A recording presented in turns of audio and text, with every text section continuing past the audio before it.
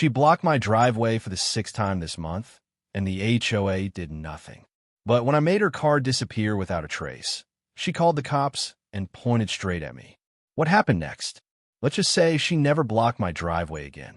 You won't believe how this one ends. Let's dip in. I had just come back from a brutal 12-hour shift at the hospital. My feet were aching, my head was pounding, and my only thought was getting inside, microwaving some leftover pizza, and collapsing onto the couch. It had been one of those days, short-staffed, emergency after emergency, and not a moment to breathe. As I turned onto my quiet suburban street, all I wanted was peace. But the moment I reached my driveway, any sense of calm vanished. There was again Karen's beige SUV, parked right across the entrance to my driveway, like it owned the place. Not an inch of space to squeeze through, not even for my compact sedan. Just sitting there, bold as ever, like a monument to arrogance. I slammed my steering wheel in frustration. This was the sixth time this month that she had blocked my driveway. And every time, it was the same excuse. Oh, I was just running inside for a moment. Or it's only temporary. Except those moments stretched into hours. Sometimes, she wouldn't move the car until the next morning. Now, let me tell you something about Karen. She wasn't just a neighbor. She was the neighbor. The unofficial queen of our neighborhood, wrapped in an HOA title and fueled by passive aggression. You'd always find her walking around with a clipboard in one hand and a phone in the other, ready to snap a picture of your grass if it was an inch too long or file a complaint if your garbage bins weren't perfectly aligned with the curb. She had a talent for making people feel small. And worst of all, the HOA always took her side. After all, she sat on the board. She was the board, basically. People didn't fight her. They just gave up, trimmed their bushes, moved their bins, and prayed she wouldn't find something else to complain about. But me? I tried being nice. The first time she blocked my driveway, I gently knocked on her door and politely asked her to move it. She rolled her eyes and muttered, "It's just for a minute." That minute turned into 3 hours. The second time, I left a note on her windshield. The note was gone, but the car remained for 5 hours. The third time, I called the HOA. Their response? "We'll talk to her." Nothing changed. By the fourth time, I had tried calling a tow truck, only to find out that on our street, towing wasn't allowed without HOA authorization. Guess who controls that authorization? Exactly. So here I was, again, sitting in my car, stuck in the middle of the street, looking at her SUV like it was the final boss in some twisted video game. My dinner? Cold. My bed? Far away. My patience? Gone. And in that moment, something inside me just snapped. I wasn't going to honk my horn like a lunatic or knock on her door only to get the usual eye roll. I wasn't going to beg the HOA or post angry messages in the community Facebook group. I was done playing nice. This time, I was going to solve the problem my way. No yelling, no threats, just cold, calculated action. Something that would teach her a lesson without breaking a single law. If she wanted to act like rules didn't apply to her, I was going to show her exactly what happened when someone pushed too far. And believe me, she never saw it coming. Let me take you back a bit. I moved into this quiet little cul-de-sac about a year ago, thinking I had found the perfect escape from the chaos of the city. A neat row of well-maintained homes, birds chirping in the morning, kids riding bikes in the evening. It looked like a dream. I thought I'd finally found peace. But that illusion shattered the moment I met her. Karen. From the second I moved in, Karen seemed to make it her personal mission to critique, correct, and control every single thing I did. You'd think I was running a motorcycle gang out of my garage with how closely she watched me. The first morning after I moved in, she knocked on my door at 7 a.m., 7 in the morning on Saturday, to let me know that my trash cans were too far from the curb. Not on the road, not blocking anything, just too far. The following week, I got a written warning from the HOA, personally signed by her, for not mowing my lawn evenly. She claimed it didn't match the visual harmony of the street. I still don't even know what that means. But the worst part? She fined me $75 because the color of my mailbox was apparently too dark and didn't align with the community aesthetic. It was black, a regular black mailbox. But according to Karen's sacred HOA guidelines, it was gloomy. Still, I didn't want to start a war. I kept my head down. I smiled when I saw her. I even baked her cookies as a neighborly gesture when I moved in. Chocolate chip, homemade, nothing fancy, just friendly. She opened the Tupperware, looked at me like I had offered her poison, and said, "I don't eat stranger food," before dumping the entire batch into the trash can. And she did it in front of me, right in front of me. But the petty complaints, the fake smiles, and the HOA fines were only the warm-up act. The real problem was her parking. For someone who acted like she was the personal enforcer of the HOA commandments, Karen had no problem violating one of the most basic rules, blocking driveways. Specifically, my driveway. Almost every other day, without fail, her oversized beige SUV would be parked right across the entrance to my drive. It wasn't like she had no space. She had a perfectly fine driveway of her own. But she always claimed she needed to park closer to the mailbox, or that she was just stopping for a minute. That minute would often stretch into an hour or 4. Once, I missed an important Zoom meeting because I couldn't get my car out. Another time, my friend came over to pick me up, and the Uber driver had to cancel the ride because he literally couldn't access my property. And of course, Karen never once apologized. If I brought it up, she'd wave me off like I was the one being unreasonable. I had tried everything. Notes, conversations, even calling the HOA. But nothing worked. Karen seemed untouchable. And slowly, I realized that if I didn't do something, she was going to keep making my life miserable forever.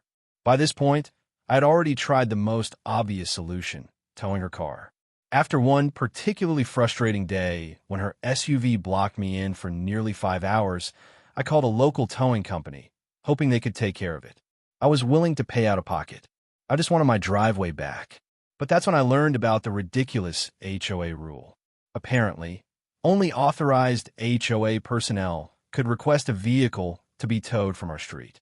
And guess who was conveniently best friends with the HOA president? You guessed it, Karen. When I called to ask about it, the president smugly told me, "Unfortunately, your complaint isn't sufficient for action at this time." I was stuck, trapped by red tape and a neighborhood hierarchy that seemed rigged from top to bottom. The rules didn't apply to Karen. They were written for her benefit. That's when I realized, if I wanted change, I needed to think outside the box. I sat down and thought about all my options: legal, creative, quiet, loud. That's when I remembered my old buddy Max. He owns a custom detailing and restoration shop about 25 minutes outside of town.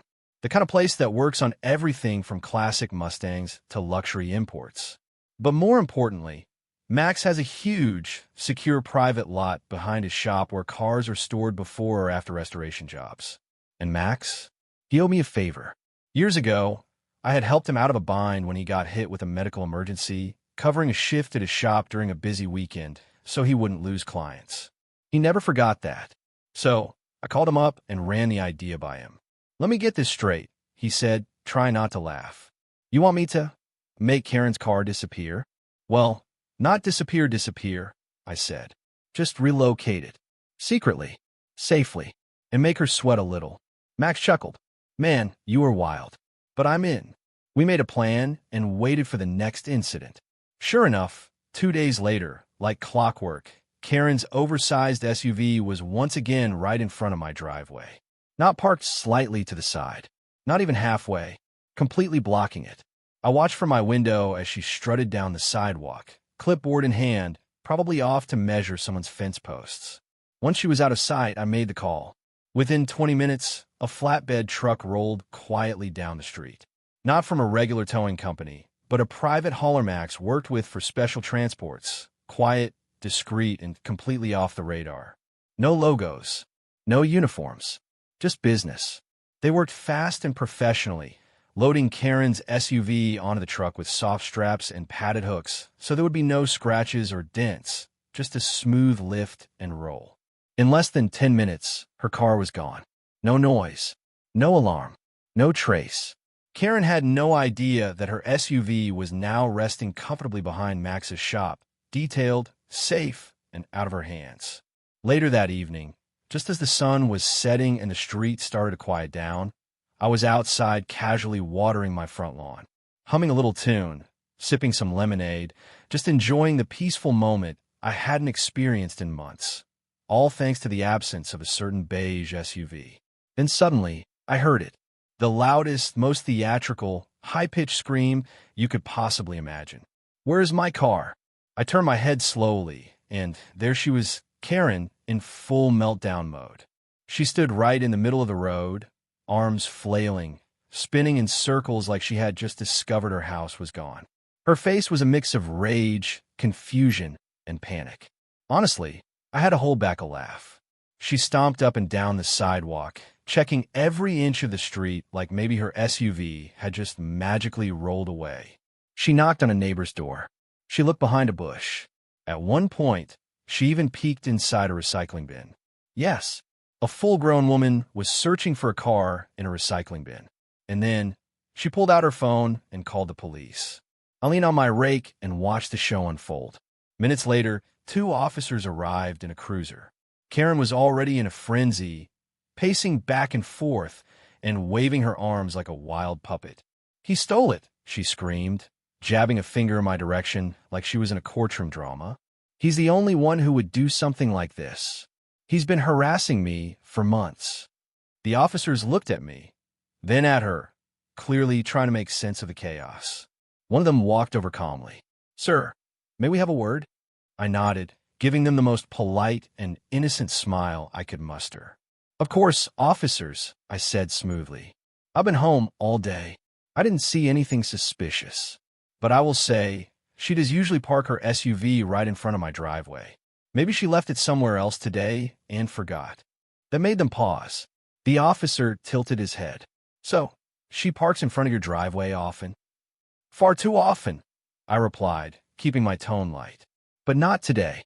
And, well, I won't lie, I kind of enjoyed being able to pull in without a problem for once." They exchanged a glance, then gave me a quick nod. They walked back to Karen, who was practically foaming at the mouth. "I know he did it," she shrieked. "He had something to do with this." "Ma'am," one officer said firmly, "we've taken your report. But unless there's any surveillance footage or witnesses, there's not much more we can do right now." Karen looked like she was about to spontaneously combust. She opened her mouth again, but no words came out. I gave a polite wave and turned to go inside. As I closed the door, I couldn't help but grin.